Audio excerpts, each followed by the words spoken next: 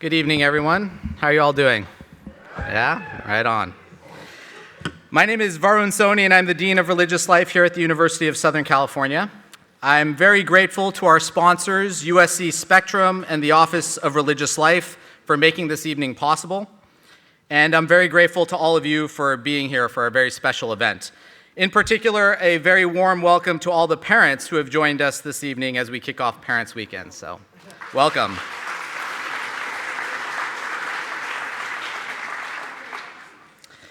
This evening, we welcome Dr. Reza Aslan to USC to discuss his popular and provocative new book, Zealot, The Life and Times of Jesus of Nazareth, a book that was the #1 book in America this summer and topped both the Amazon and New York Times bestseller lists. I first met Reza 16 years ago when we were both young and idealistic graduate students at Harvard Divinity School. He was studying Islam and Arabic, and I was studying Hinduism and Sanskrit. So we were both outliers on campus and quickly bonded. After completing our degrees at Harvard, we both ended up as doctoral students at UC Santa Barbara, and then we both moved to Los Angeles. So our lives and careers have intersected in all sorts of interesting and meaningful ways over the last 2 decades. Over that time, I've admired and appreciated his well-deserved success, and I've come to cherish him as a dear friend and colleague, really as a brother from another mother, so I'm really happy to be able to welcome him here today. There are a lot of great stories about Reza that I could share with you, and I won't share some of them for fear that he may share some of me. But my favorite one is the story involving President Jimmy Carter. Reza was born in Iran, and when he was 5 years old, he saw President Carter in a parade in Tehran when President Carter visited the Shah. Soon after that, Reza's family came to the United States as political refugees after fleeing from Iran during the Islamic Revolution. 30 years after seeing President Carter in the streets of Iran, Reza came full circle and interviewed him for the Daily Beast. And since then, Reza has also been an advisor for Hillary Clinton and Barack Obama. For me, this is the quintessential American story. A child with a dream becomes an adult with a dream fulfilled. I often think about this story in the context of his accomplishments, as it poignantly illustrates his remarkable life and career trajectory.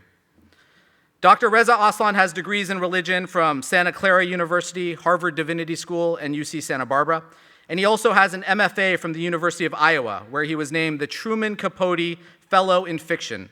He is currently an associate professor of creative writing at the University of California, Riverside. His first book is the international bestseller, No God But God, The Origins, Evolution, and Future of Islam, which has been translated in 13 languages and was named as one of the 100 most important books of the last decade. He is also the author of How to Win a Cosmic War, God, Globalization, and the End of the War on Terror, and the editor of 2 volumes, Tablet and Pen, Literary Landscapes from the Modern Middle East, and Muslims and Jews in America, Commonalities, Contentions, and Complexities. His new book, Zealot, became a global sensation this summer after his infamous interview with Fox News went viral. Anyone see that interview? Yeah? This book is a fascinating and meticulously researched biography that challenges long-held assumptions about the man we know as Jesus of Nazareth. Zealot yields a fresh perspective on one of the greatest stories ever told, even as it affirms the radical and transformative nature of Jesus of Nazareth's life and mission. The result is a thought-provoking, elegantly written biography with the pulse of a fast-paced novel, a singularly brilliant portrait of a man, a time, and a birth of a religion. This evening's event will unfold in the following manner. For the first half, I'll be in conversation with Reza, and then we'll open it up for Q&A, and we have microphones in the front for that. Afterwards, we'll sell copies of Zealot in the back of the room, and you can get your book signed by Reza. We'll also have refreshments and a reception. It's a great opportunity to buy the book and have it personalized by the author, so I encourage everyone here to do so. Before we begin, I just want to ask if we can turn the house lights up just a little bit so we can see everyone in the audience. And with all that being said, that's great, thank you. With all that being said, please join me in giving a warm Trojan welcome to Dr. Reza Aslan.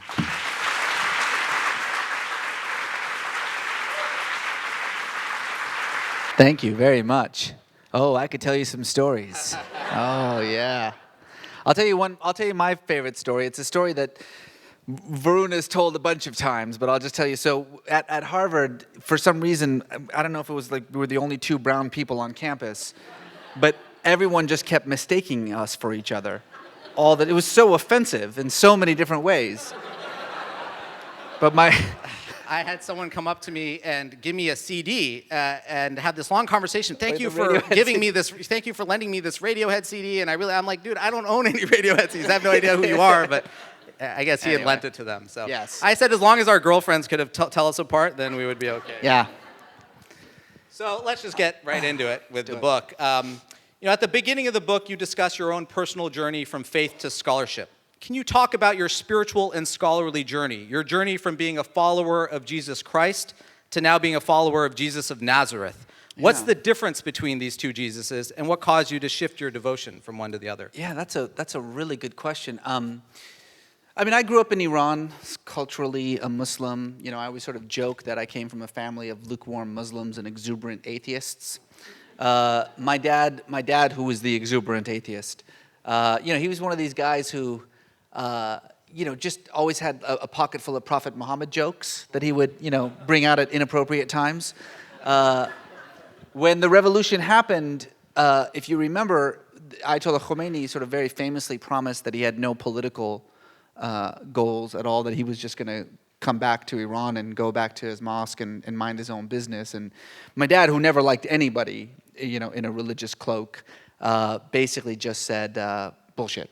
And he thought it would be a good idea for us to just leave, temporarily while things settled down. That was 34 years ago. Turns out my dad was right, which he reminds me about on a daily basis.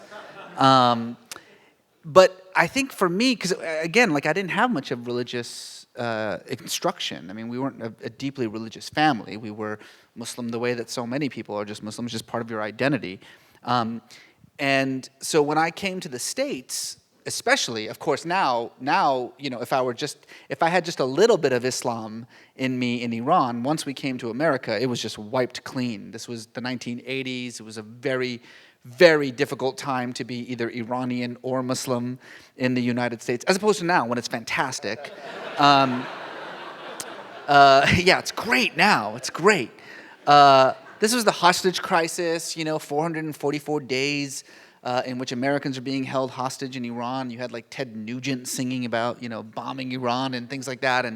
And so I, did everything that I could to just completely divorce myself from my heritage, my culture, my religion. I think I told you that I spent a good part of the earlies pretending to be Mexican.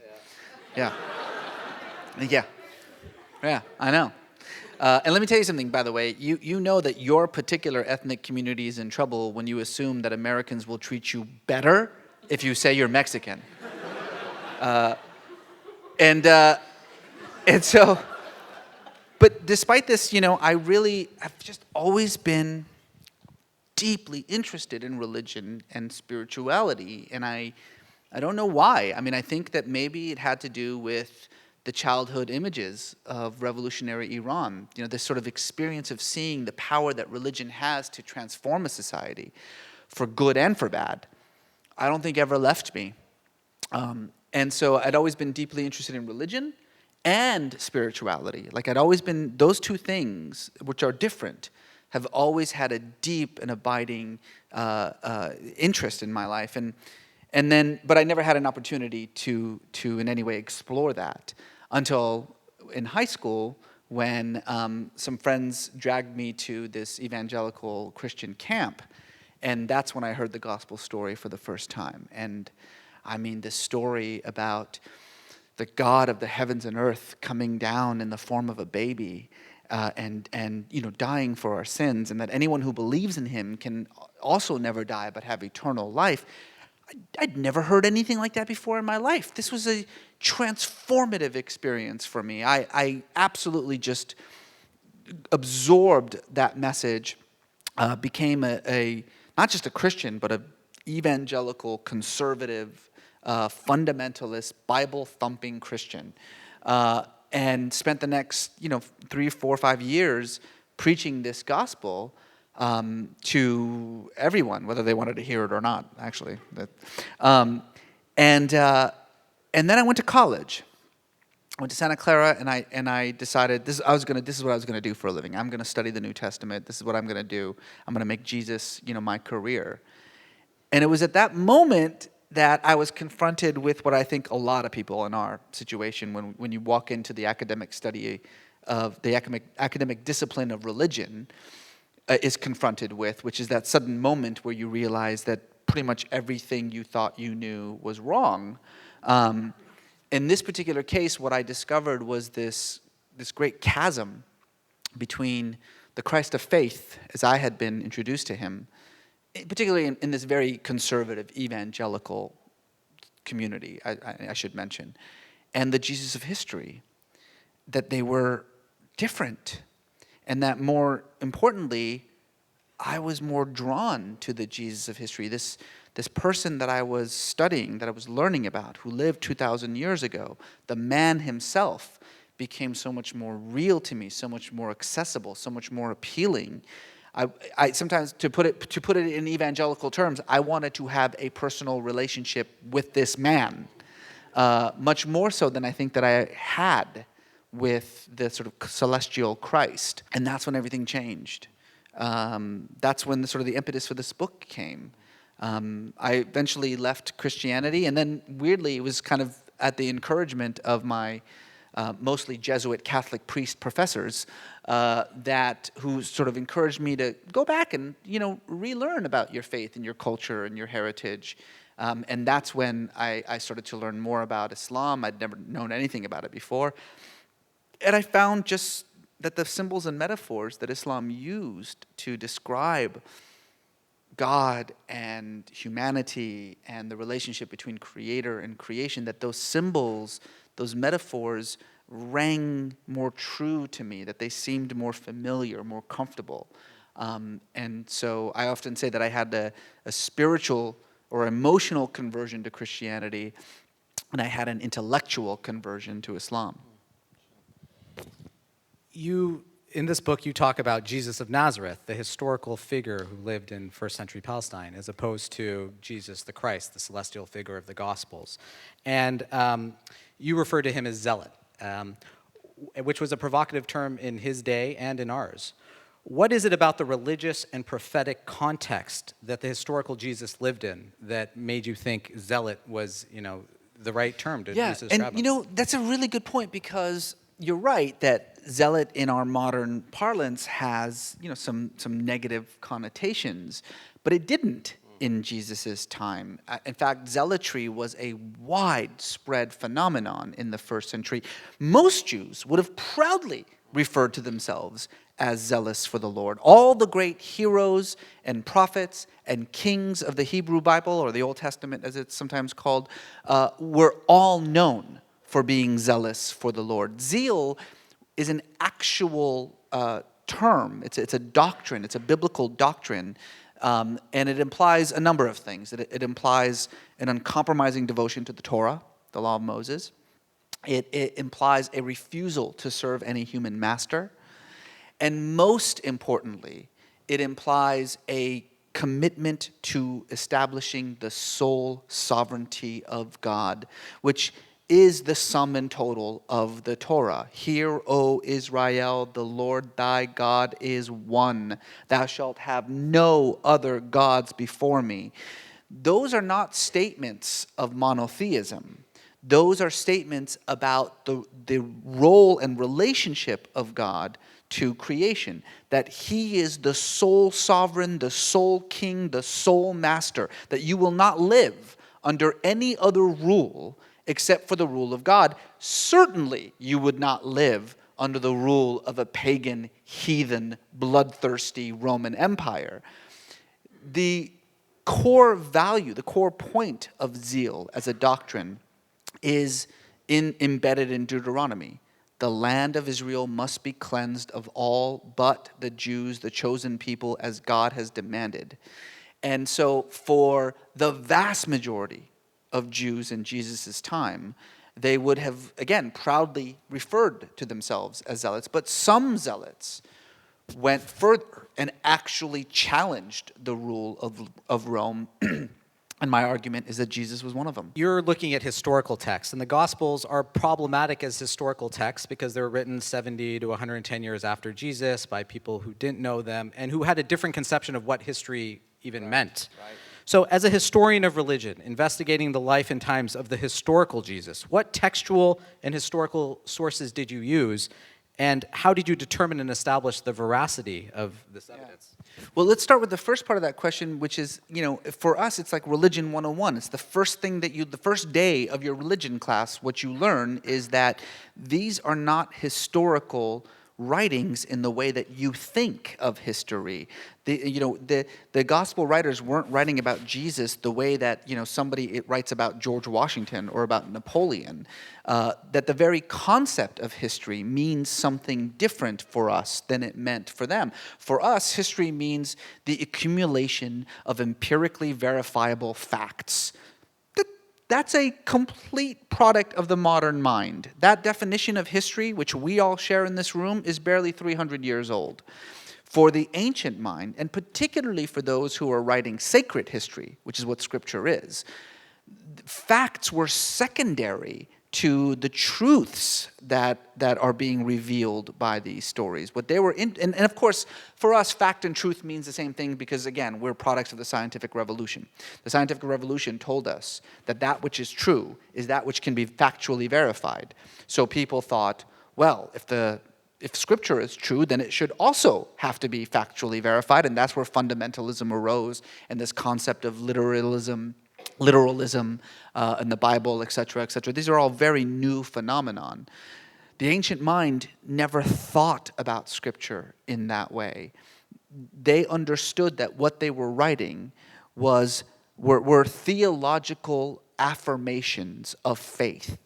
In other words, the Gospels are an argument that's being made. The Gospel writers already believed something about Jesus, that he was the Messiah, that he was the Son of God, that he was God incarnate, whatever. And then they wrote the Gospels to prove that belief, not to explain some historical facts about Jesus. The facts were secondary, but it was the truth that they were trying to reveal.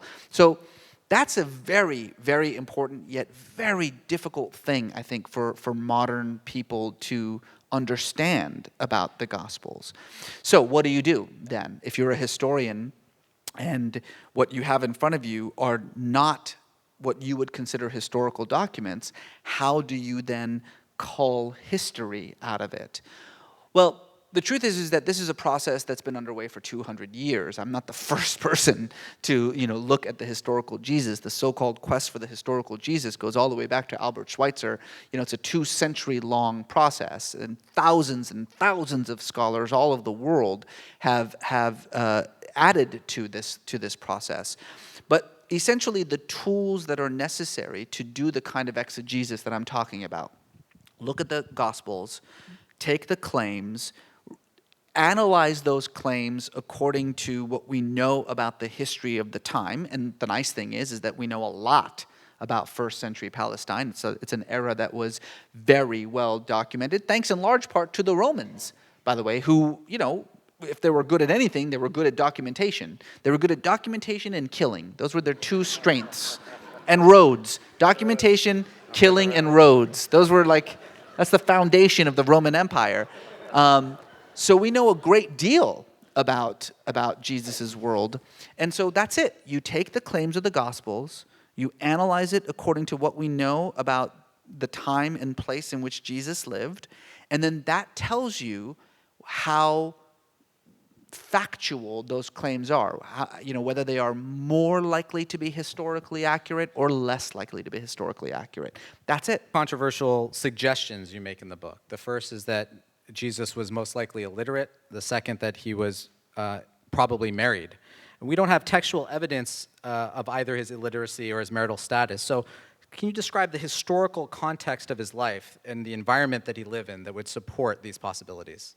That's actually a great example of what I just talked about. So you take what little we know about the historical Jesus, you put him in this world that we know a lot about, and you use that world to make conclusions about Jesus.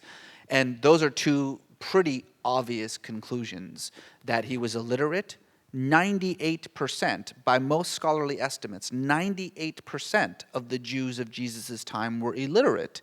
The only Jews in Jesus' time who could read and write are the scribes, the Pharisees, the priests, and the so-called Herodian elite. And Jesus was none of these things. So if you're not one of these things, you can't read or write. I have to be on, I'm going to answer the second one in a second, but this one is really interesting because there's a lot in this book that can be considered controversial. And even as I was writing it, occasionally I would write something and think, uh-oh, that one's going to stick in people's craws. I swear to God, I never, ever thought that this illiteracy thing would be one of them. I never did. And yet, you're right. It's the thing that everyone brings up. Everyone gets so upset about me saying Jesus was illiterate. And I, for the longest time, couldn't understand why. For the longest time, I thought, if you want to be upset, there are other things to be upset about in this, but that's not one of them. And then, like a flash of light, it came to me, like Paul on the road to Damascus. I swear, 2 weeks ago, I'm in the middle of talking about this, and somebody was saying something about this, and all of a sudden, it hit me. We think that illiterate means stupid. Because we live in a world, in the United States, this is literally true, the literacy rate in the United States is 98%. So if you're an American and you can't read or write, we think you're dumb. We think you're stupid. But if you live in a world in which 98% cannot read or write, intelligence has nothing to do with your ability to read and write a text.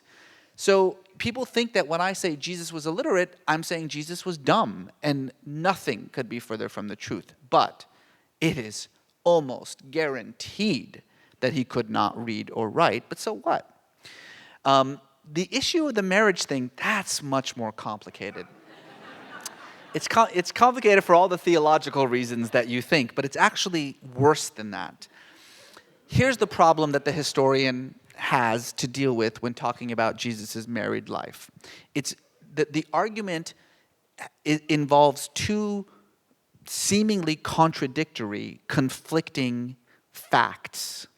Fact number one, it would have been inconceivable for a 30-year-old Jew in the first century to not be married.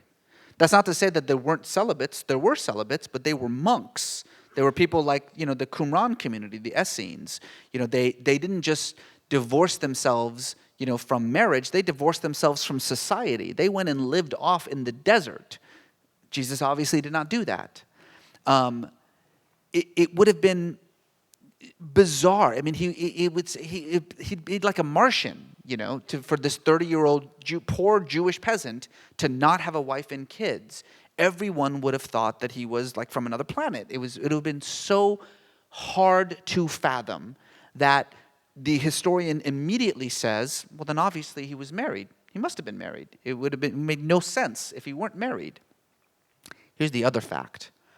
In every single piece of writing ever written about Jesus by his followers and by his detractors, by his worshipers and by the apologists who wrote against him, in the first century, in the second century, in the third century, in every single bit of writing that anyone has ever written about Jesus, no one mentions a wife.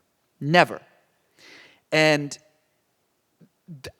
we don't know what to do with that. We don't know what to do with that. So fact number one, it would have been inconceivable for him to not be married. Fact number two, nobody ever mentions a wife, ever. We hear all the time about everybody else's wife, but never about Jesus's.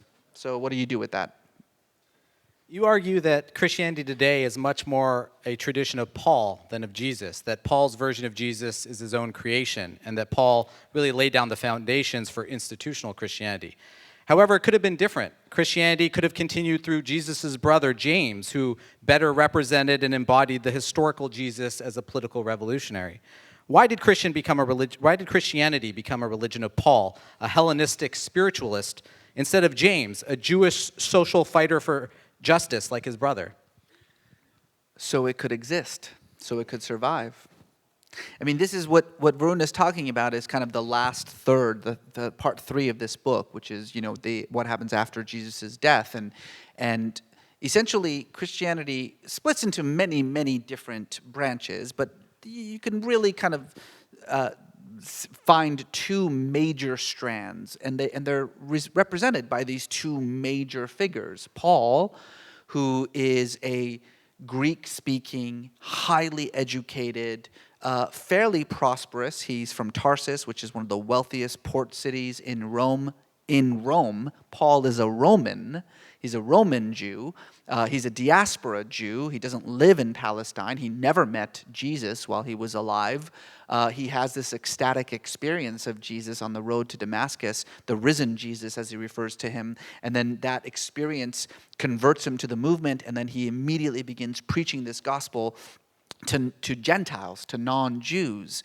And as you say, his vision of this gospel is unique. He thinks of Jesus not as a man at all. He says that he only had the likeness of a man, that in reality he was God, and that anyone who believes in him can have eternal life and be washed away of his sins and can judge all of humanity and the angels. If this sounds familiar, it should, because it's Christianity.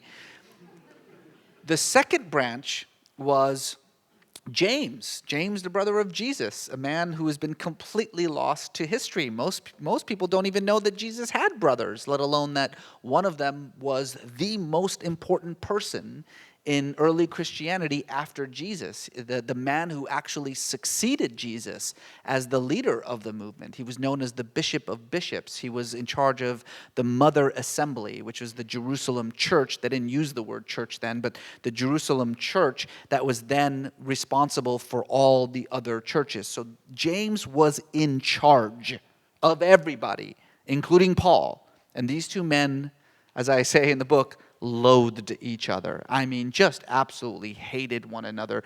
James thought Paul was crazy. Paul thought that James was narrow-minded. And James had a completely different view.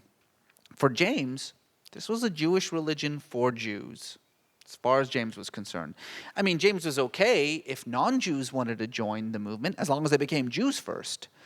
In the year 57, and we see this in the book of Acts, in the year 57, Peter, of all people, actually convinces James to forego the requirement of circumcision to join the movement, which, it's a good idea. Marketing-wise, it's a very good idea.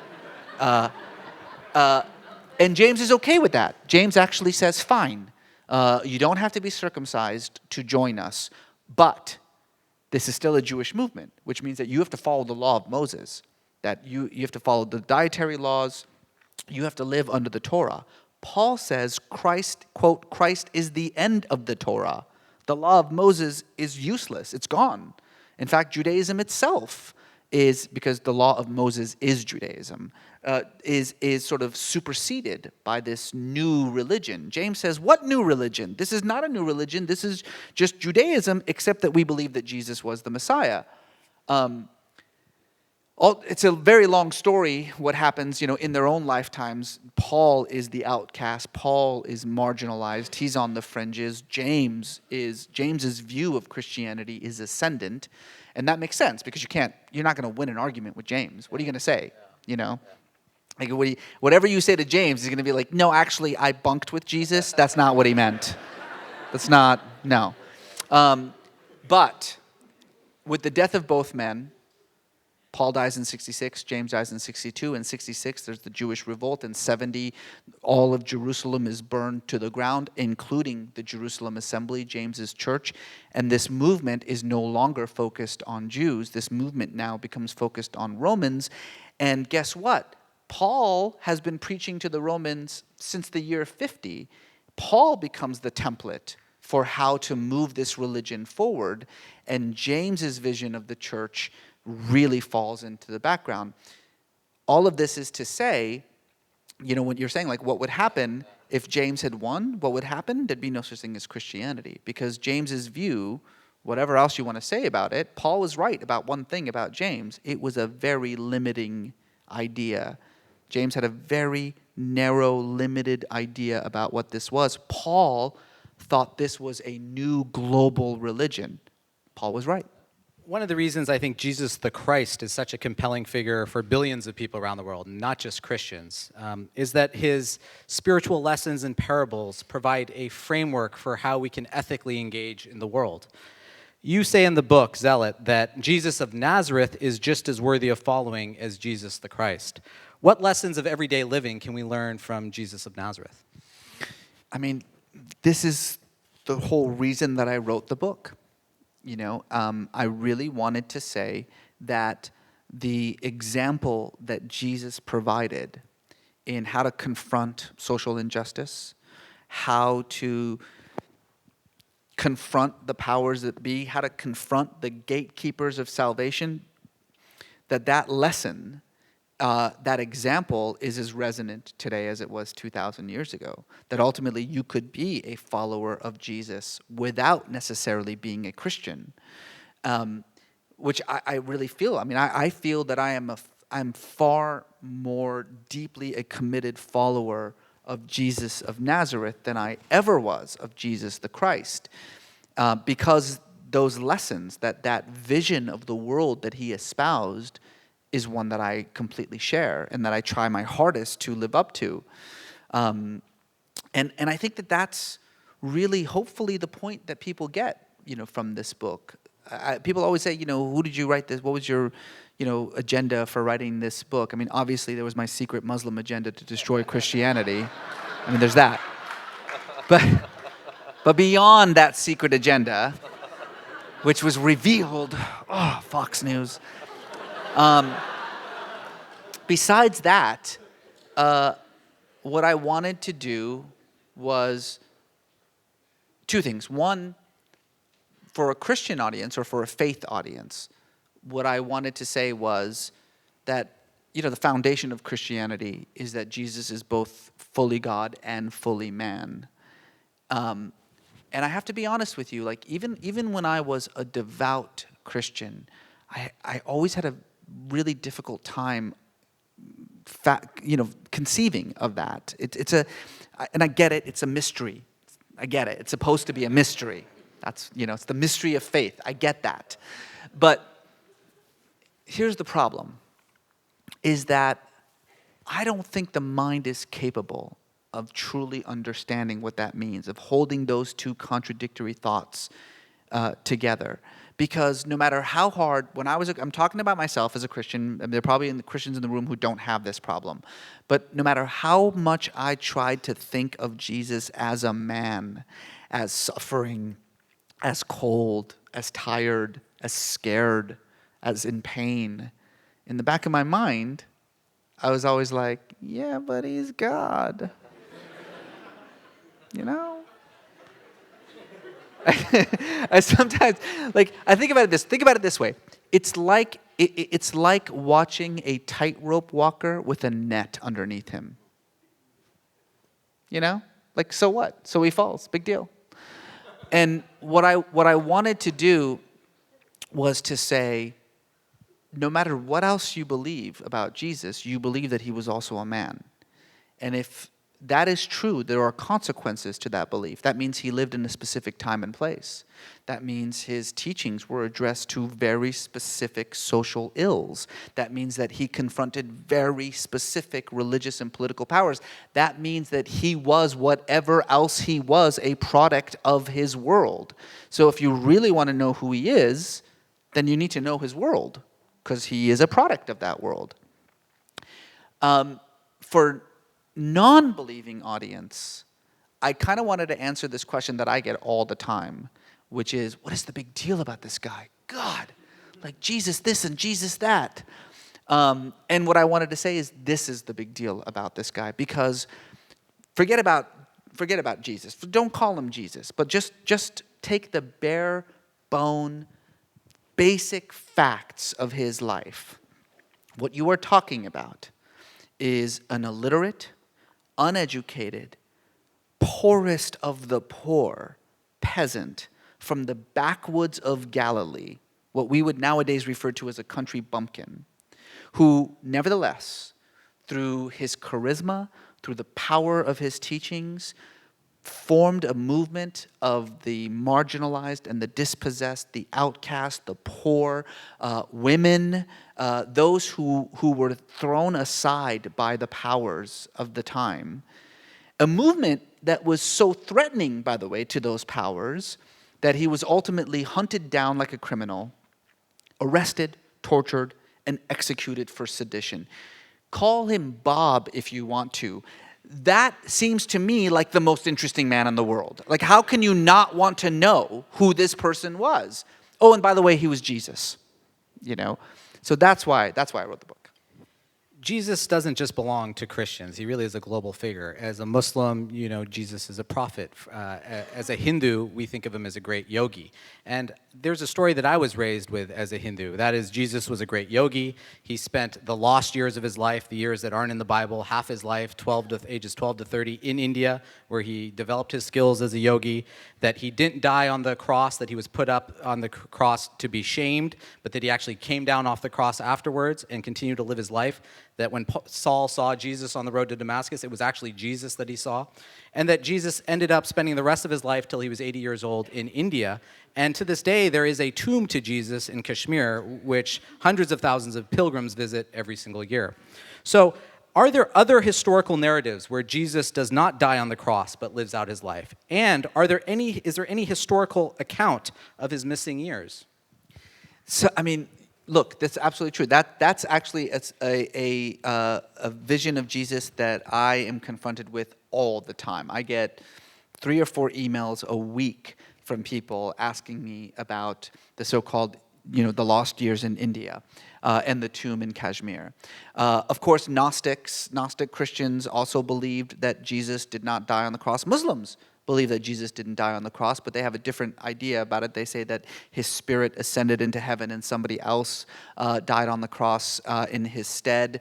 There are countless traditions about Jesus, and I think it really, that is a perfect example of this dividing line between the Christ of faith and the Jesus of history.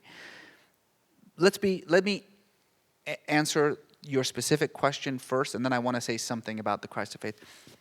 No, there's nothing about Jesus' early life. Why would there be? Again, we're talking about an unknown, irrelevant, marginal Jewish peasant that nobody cared about until someone said, he's the Messiah. And then people started caring about him.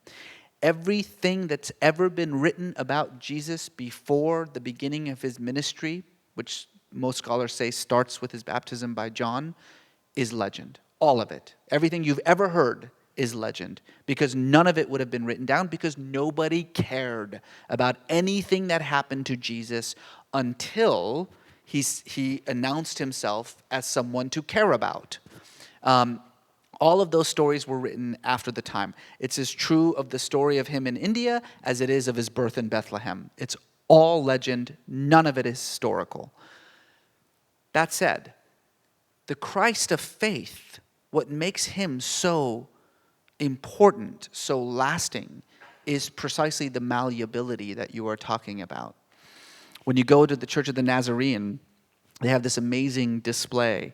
They've asked Christian communities from all over the world to send paintings, depictions of Jesus and his mother Mary. The Pieta, is that what it's called? The Pieta? Am I saying that right?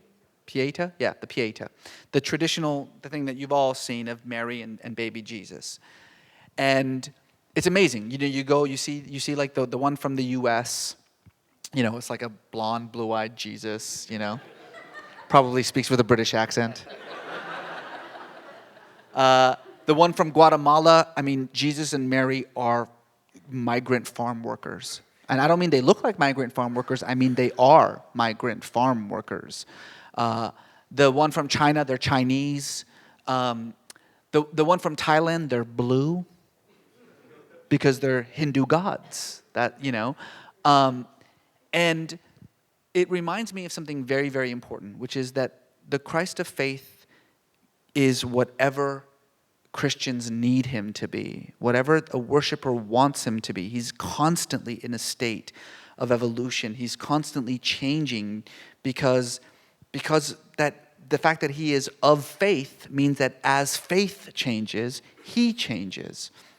The Jesus of history, however, is frozen in time and very difficult to access, obviously, but nevertheless there for good.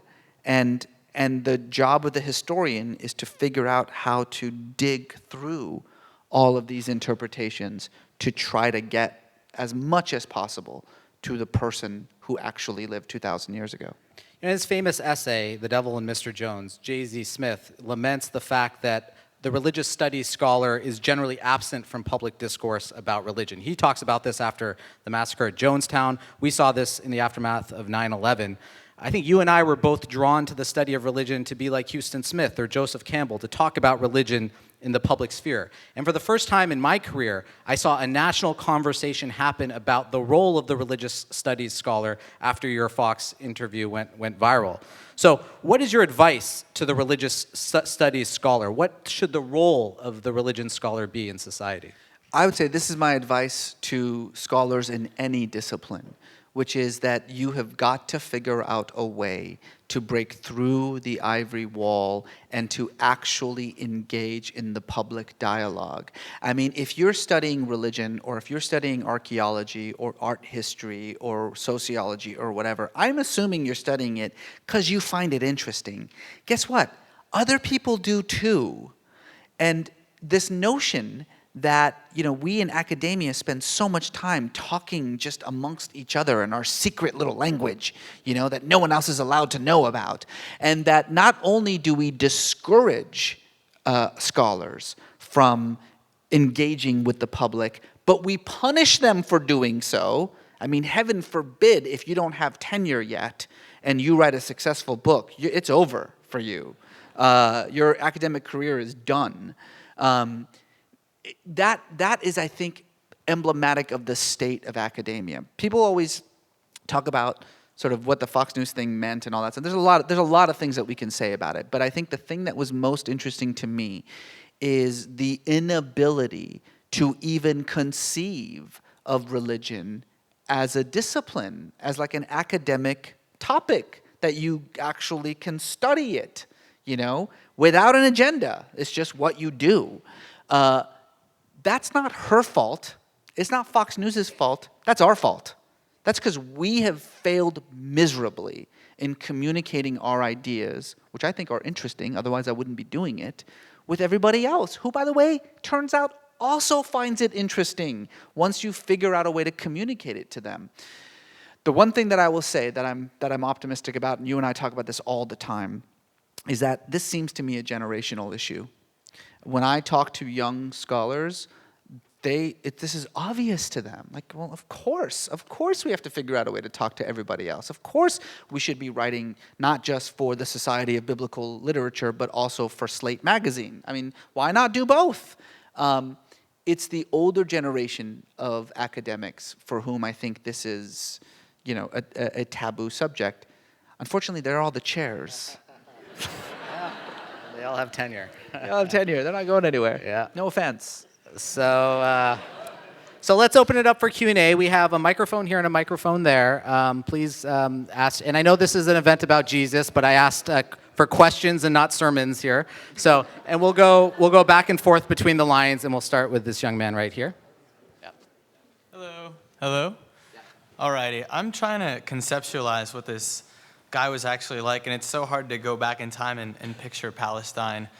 And I'm gonna ask, what's a better historical equivalent? I don't mean to say this to be controversial, but would you say Gandhi or like Che Guevara? Because I know that. Calm down. No. This is actually a very, very astute question. Thanks. Yeah. I'm not sure. So here's the thing, is that people always mention Gandhi and Martin Luther King, two individuals who were profoundly influenced by Jesus. And so Jesus Christ, I should say, Jesus Christ. And so what I find interesting is that because King and Gandhi say that they learned their nonviolent ideology from Christ, we assume that Christ was like King and Gandhi. But we have to understand that they lived in completely different times, completely different contexts. There's no such thing as nonviolent resistance in first century Palestine. You do not remove the largest, most powerful empire on the planet with a sit-in, okay? Jesus and the disciples didn't like lock arms and say, we will overcome. Rome knows how to deal with that kind of movement. Yeah, there's no, what? They just chop everybody's heads off and move on. So we have to be careful of those kinds of ideas. But I love the question because it does make us start to think. And I have a better thing. So I don't say, less Che or more Gandhi or whatever. What I say, and by the way, I'm stealing this from somebody who gave me the answer because I didn't know what the answer was, is I would say that he is less King and more Malcolm X. In other words, not somebody who advocates violence, because Malcolm X did not advocate violence, but somebody who understands that profound social change, political change that you were talking about, the kind of revolutionary flip the social order on its head change, doesn't come without force. And while Jesus also never advocated violence, there's no proof that he advocated violence, that doesn't mean that he was just this kind of pacifistic, turn the other cheek preacher of good works. Frankly, that Jesus would have gone totally unnoticed by Rome. But if Rome thinks that you're such a threat that they actually crucify you, and again, I need to remind everybody of what crucifixion means. Crucifixion is not just some simple punishment that Rome does. Crucifixion is a punishment for a very specific crime, and that crime is treason. Treason, sedition, rebellion. That's what crucifixion is for. If you know nothing else about Jesus except that he was crucified, you know enough to at the very least start to question this notion of him as some, celestial spirit with no concern about the cares of this world. No one would have noticed that Jesus. Hi, Reza. My name's Joel.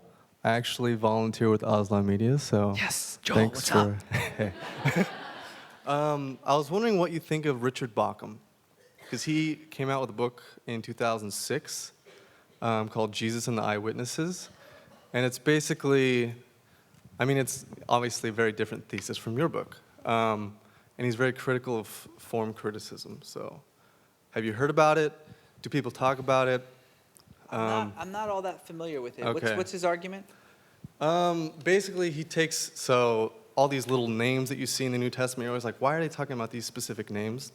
And he has a very, it's a 500-page, very scholarly book. So it was hard to get through actually. But it's basically saying that he's very critical of form criticism. There aren't all these things that were passed down, but he's saying each gospel has eyewitnesses in them. And so obviously, if you haven't read it, then you can't really comment on it, but, No, I'm familiar with that argument, but I haven't read this Okay. book, Look, there is an enormous amount of discussion and debate about the formation of the Gospels. And the sort of prevailing theory, which is often referred to as the two-source theory, which says that the first gospel, Mark, was written sometime after 70, between maybe 70 and 75, that the next gospels, Matthew and Luke, were written simultaneously but unbeknownst by each other sometime around 90 to 100, and that the Gospel of John was written sometime between 100 and 120. I'd say that, if you brought up 100 Bible scholars up here, first you'd get a fist fight. But after the fist fight, I'd say 85 of them would say what I just said. But that doesn't mean that it's a theory without debate. There are a lot of people who claim that the Gospels are much earlier. The two-source theory relies upon a theoretical text that no one has any access to called Q. It's very complicated. But the way that I always describe the two-source theory is that it's a theory like evolution is a theory, right?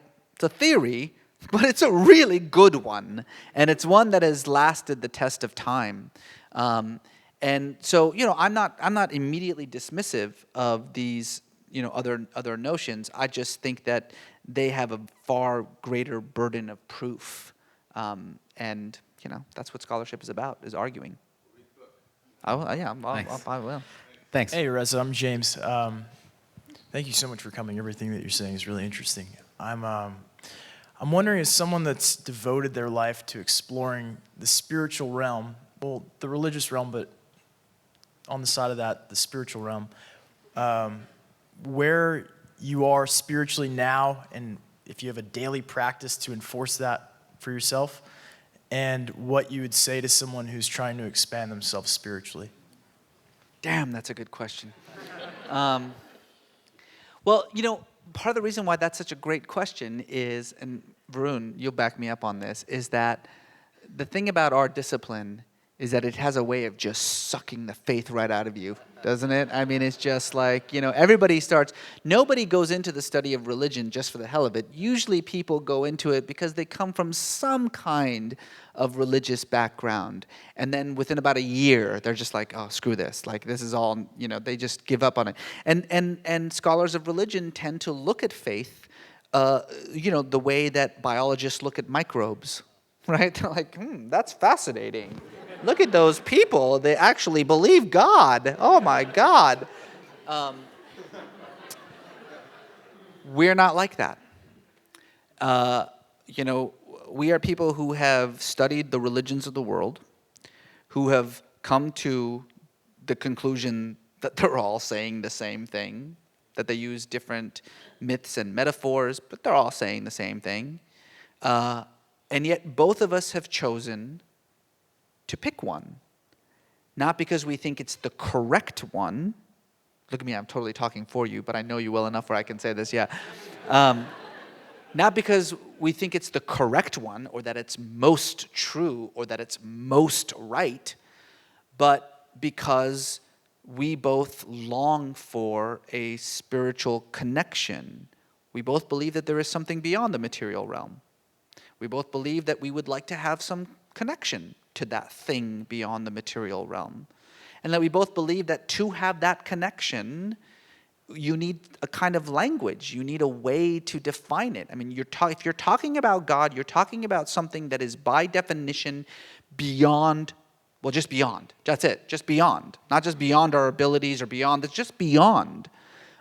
Your faith is fundamentally inexpressible. So how do you express it? Well, you express it through metaphors. And that's all that religion is those metaphors. And those metaphors become enormously important because they're not just how we communicate with each other, they're also how we communicate, with ourselves. And so that's all religion is a language. That's it. I mean this literally. I mean, look, if I said, I have been washed by the blood of the Lamb, raise your hand if you know what I'm talking about. Okay, now raise your hand if you have no idea what I'm talking about. See, if I just started speaking in Chinese, in Mandarin, those in the room who understand Mandarin would understand me, and those who don't understand Mandarin would not understand me. That's exactly what just happened. When I say I've been washed by the blood of the Lamb, I am speaking the language of Christianity. That is a metaphor that is deeply profound and important. If you speak Christian, not only do you understand what I mean, but you understand it in a deep, soul-searching way. If you don't, I might as well be speaking Mandarin. Like, you have no idea you've been what? Washed by the blood of, that's gross. You have no idea what I'm talking about. That's all religion is. We speak the same language because we share the same metaphors, so we can commune with each other. The Buddha once said that if you want to strike water, you don't dig 6 one-foot wells. You dig 1 6-foot well. Islam is my 6-foot well. That's it. I think for both of us, our scholarship is a spiritual discipline. I think that in all of the religious traditions of the world, study, debate, critical reasoning, and analysis is part of a spiritual practice, and each of our traditions have their own articulations of that. But I think the scholar-practitioner model is such that it really is predicated on the scholar thinking about his or her scholarship as a type of spiritual practice, as a way of faith in some way or another. So, nice. Yeah. We'll go here.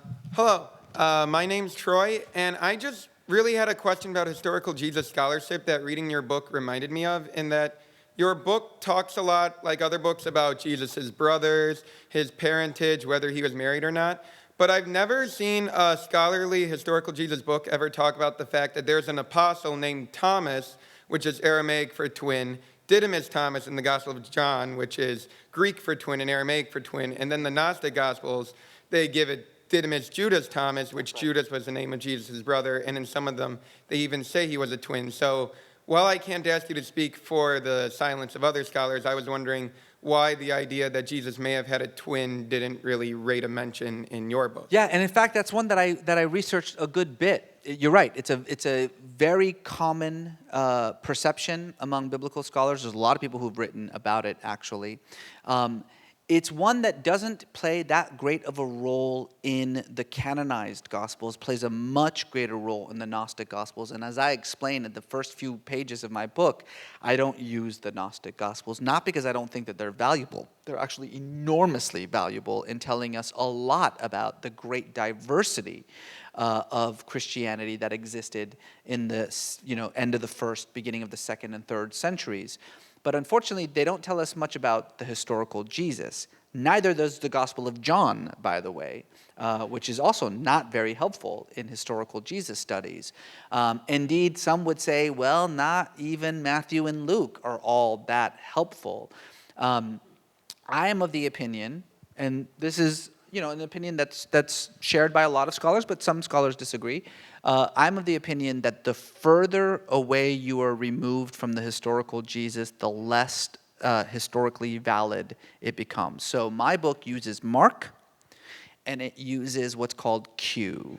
And just to be clear what Q is, this is that hypothetical text that I was talking about. Q comes from the German word Quelle, which is a word that means source. And basically, this is the theory, is that sometime around the year 50, the early Christian community started to write Jesus' words, his quotes, his teachings, which is, after all they cared about. They didn't care about the things Jesus did. They cared about the things Jesus said. That was what was important. And so they began to accumulate these words, these teachings. The reason that we know that Q existed is that when Matthew and Mark started writing their Gospels in two completely different parts of the Roman Empire at around the same time, Matthew and Luke started writing their Gospels in two different parts of the empire. They basically took the Gospel of Mark, which is kind of an unsatisfying gospel. There's no infancy narratives, there's no resurrection. It's a very brief, it's like a Reader's Digest version of the gospel. And they took it and they rewrote it. And then they added, according to their own traditions, a whole host of other aspects, including all these infancy narratives and these resurrection appearances and all of that stuff. But here's the thing that we can't figure out. There are things that Matthew and Luke have in common with each other that is not in Mark. And that makes no sense. How could they have things that are in common with each other that aren't in Mark? And the only way that makes any sense is if they had another text.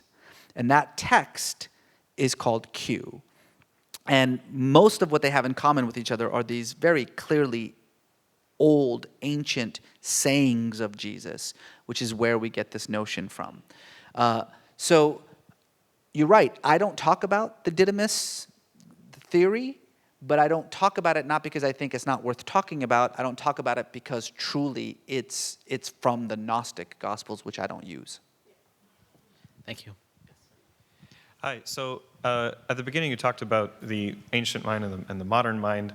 And my question is, why does a figure like Jesus of Nazareth 2,000 years ago spawn a new religion versus a figure that is similar, 300 years back or whenever you said that this change in thinking happened, does not spawn a new religion?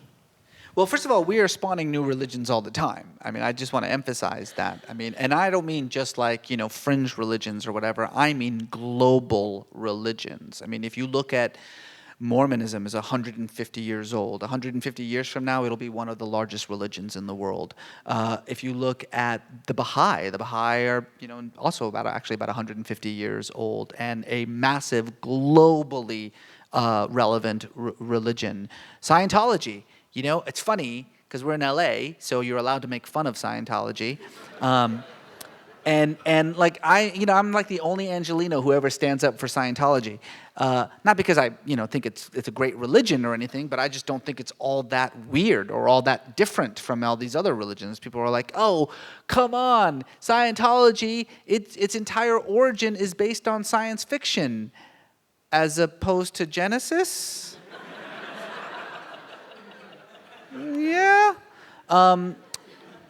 We take the story that the God of the heavens and earth took some dirt and made a human being out of it, took a rib out of that person and made a woman out of it, and together they populated the entire planet.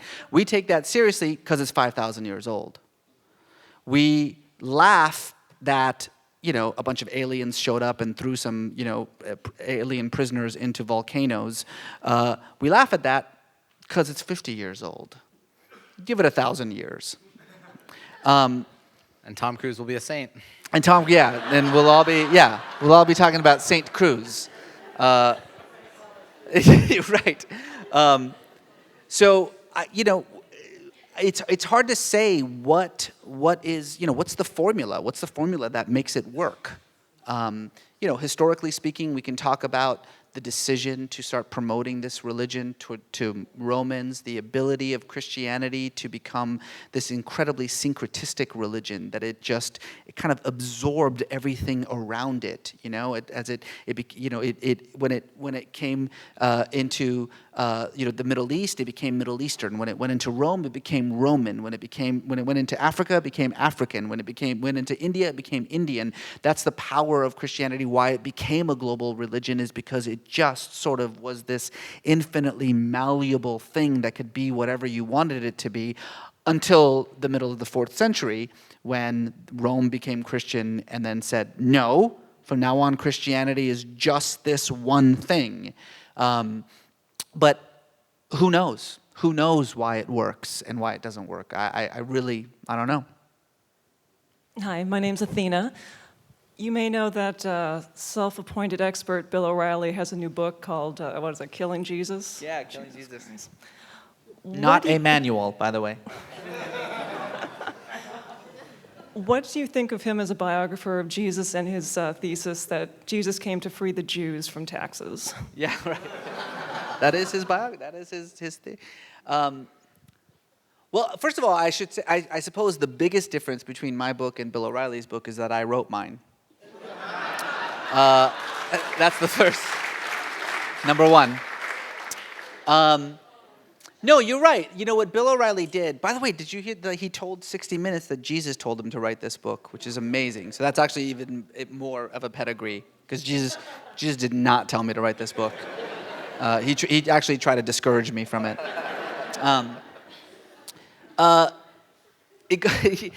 In a very serious way, though. I mean, you're right. That basically what Jesus did is good God.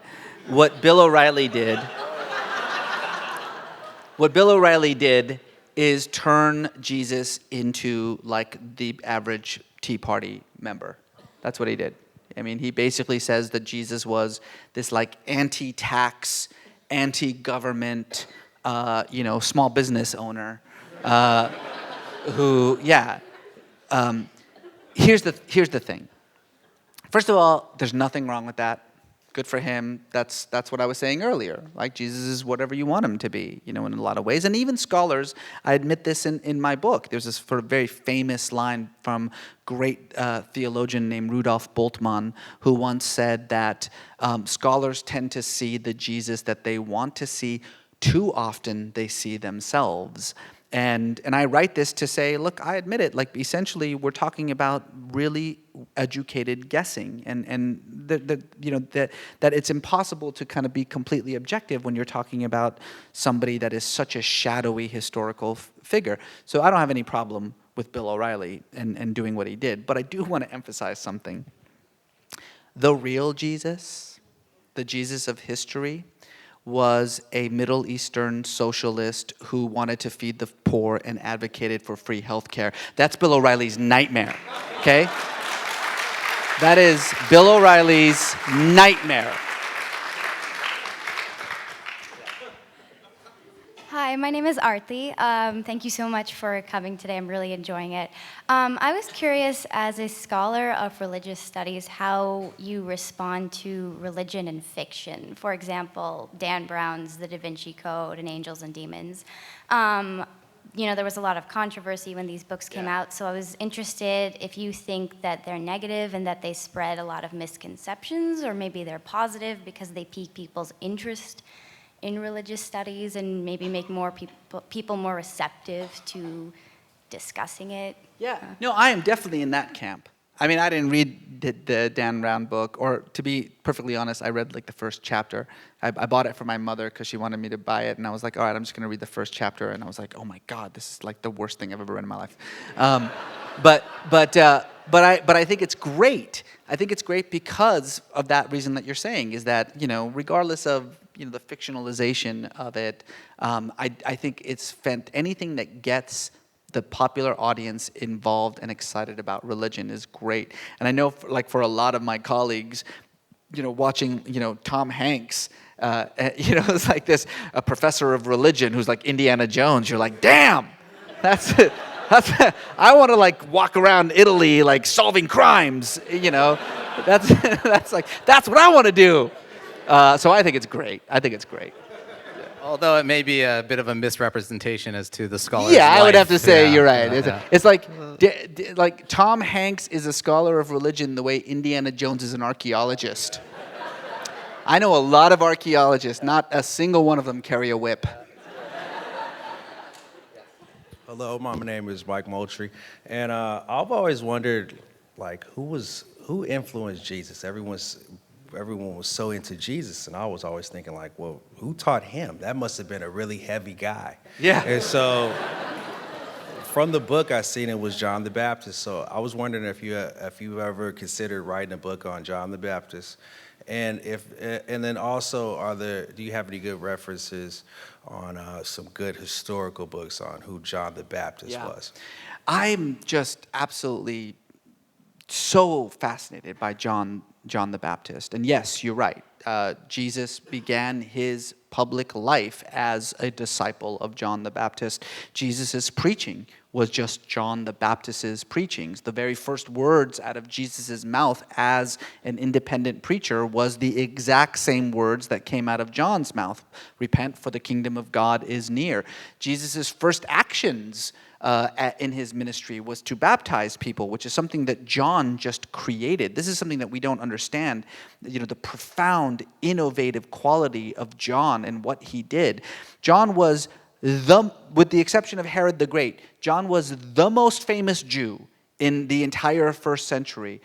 Historians wrote about John. The Romans wrote about John. People were asking me about Jesus' lost years and how there's nothing about it. That's because nobody cared about Jesus.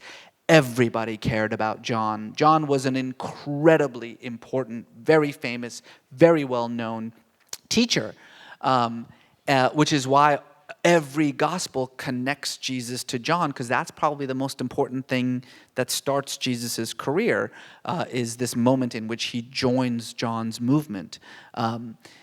So that's the answer to the question, who taught Jesus? John taught Jesus. The problem is that other than those sort of teachings of John, everything else about John is very confused. There's this notion that he was an Essene. As one of these Essene communities. That may be true. There's reasons to think that it is, but there are reasons to think that it's not. There are reasons to think that he was a priest, that he was one of these, the top 2% that Jesus reacted against, but who gave up that life, obviously, since he's living in the desert eating locusts. But you're not the first person to say, can you write a book about John? The problem is that everything that I know about John, I wrote in this book. I don't know anything else about John. That's all I know about him. Great books about John. I hate to say this, but look at my bibliography. There's like 14, 15 books about John in my bibliography, and that'll be a great place to start. Hi, my name is Zoe. Holly Shema Tori. My mom is Persian. I'm an atheist, and my parents are both atheists, and I didn't know that you just mentioned earlier that your parents are atheists. Well, my father is. Oh, your father. And my sister. I was just wondering how that influenced your beliefs throughout your life. Hi, Reza. It's Kama. How are you? So you said something to me when we got together at the Tech Museum around Islamic Science Rediscovered a few years ago about your purpose in writing these books and in building a bridge in all of the work that you do. And I'm very interested in how to utilize your work in doing that. I'm now the executive director of a Jewish temple. I'm also an atheist, so that's a whole nother story. But the reason I took the job is because what I notice as an atheist is that all of the people in the world that seem to be doing the good and seem to be making a difference are in the religious communities, and it's important to me to make sure that there's still a conduit for bringing them together. And I have sort of an opportunity to do that. And so just curious about how you encourage people to utilize your books, your works, to keep discussions going between different religions. Thank you. Mm-hmm. Yep. Hi, my name is Ben. My question is regarding your book. In your book, you talk about, as you were saying before, that all the stories that we know of Jesus during his early years are all prophecies. So my question really is, how are these prophecies chosen? Because you say there's all these different prophecies, and they kind of had to pick and choose. Is it based on the writer of the gospel or whatnot? Because like with King Herod, we had Jesus fled to Egypt, or even like an extra canonical gospel like Matthew, like the infancy gospel of Matthew, Jesus actually kills people. Like, I don't know if that's a prophecy, but there's all these different legends that go around. So how are these different things chosen? Good. Great. And last question, yes. Hi, my name's Karishma, and my question is regarding, I'm a student who's interested in religion, but I'm a science major. So both kind of contradictory. My question was just kind of, as a scholar, what do you feel about like the theory of evolution? Okay. Great. Thank you. Okay, so I'm going to do this. Here we go. Well, I think the important thing about sort of what have I learned from my atheist father, and first of all, is not to have arguments during Thanksgiving. Number one, just to let it go. Let it go. Okay, Dad. No, but in all honesty, it's the understanding of religion as a phenomenon and the role that religion plays in society, as a the impact that it plays in society is one that is undeniable. Whether you actually believe in God or not, you can't deny that impact. And so, particularly for us who study it in its historical and its sociological implications, that's something that I think is interesting to people regardless of their faith background. I think that, unfortunately, atheism, which has really been given a bad name over the last decade or so, thanks to the rise of this sort of new atheist movement, what we see these guys like Sam Harris and Richard Dawkins, who, in many ways are just dressing up bigotry, anti-religious bigotry, as atheism, and who in fact are far more, at least as far as I'm concerned, far more fundamentalist in their views than most fundamentalists that I know. That in a sense, they've created this impression, to go to the second question, this impression, and the last question, by the way, that there is this kind of chasm, between religious thinking and secular thinking, that, is particularly science and religion, are necessarily at odds with each other, when in reality, they are just two different modes of knowing. They ask two fundamentally different questions, and they have no reason for them to be in conflict with each other. And yes, of course, I believe in evolution. so I think that's the important thing, and also it's important to understand to the question about the role of atheism in religious life is that it's, in a sense, what all that matters is the concept of values, the idea of shared values. I mean, that's how you communicate with each other across either different faith traditions or even across faith and no faith traditions.